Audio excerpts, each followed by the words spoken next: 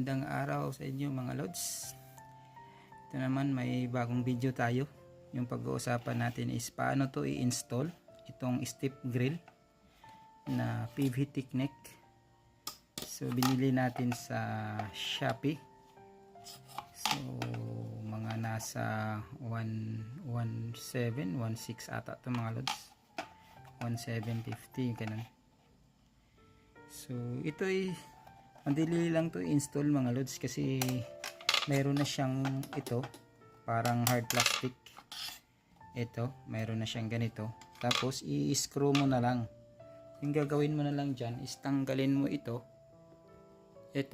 at saka ilagay mo na lang siya dito. So ibig sabihin plug and play na siya mga lods, plug and play.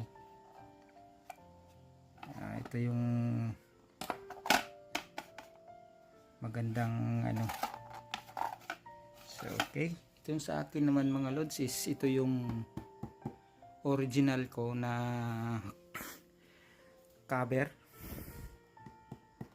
naka forged carbon siya mga lods.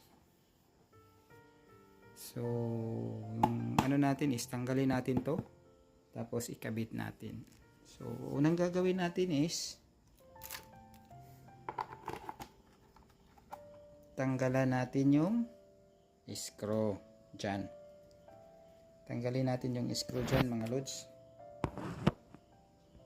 Ito lang mga lods, wala akong tagahawak.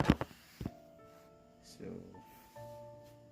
pa natin pakita sa inyo. So tanggalin natin to.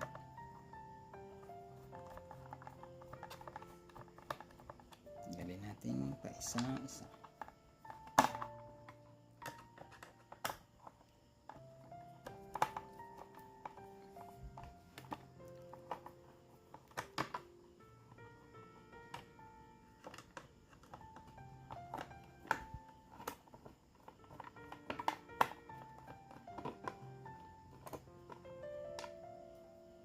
Ayan, last tanggalin natin itong last.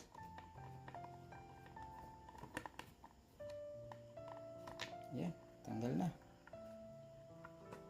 mga lods. So yan, wala na yung screw. So pwede na natin siya tanggalin. Ito mga lods, yan diba? So ganyan lang yan mga lods. So tapos ikabit natin itong binili natin sa Shopee. Yan, wow, ayos to mga lods Okay, pagkabit ganun lang din, ibalik natin tong screw dyan, tapos yan na mga lods.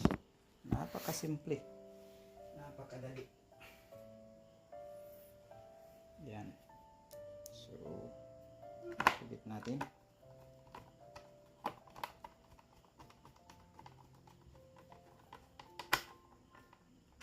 Yan.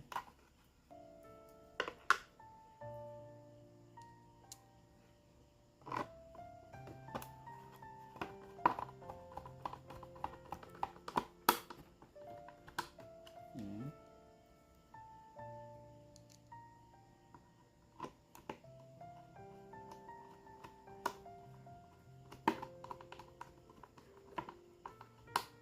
Yan.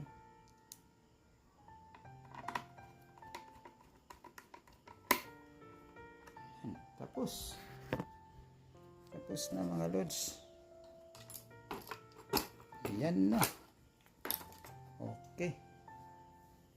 Yan na mga lods. Nakakabit na siya. So plug and play siya mga lods.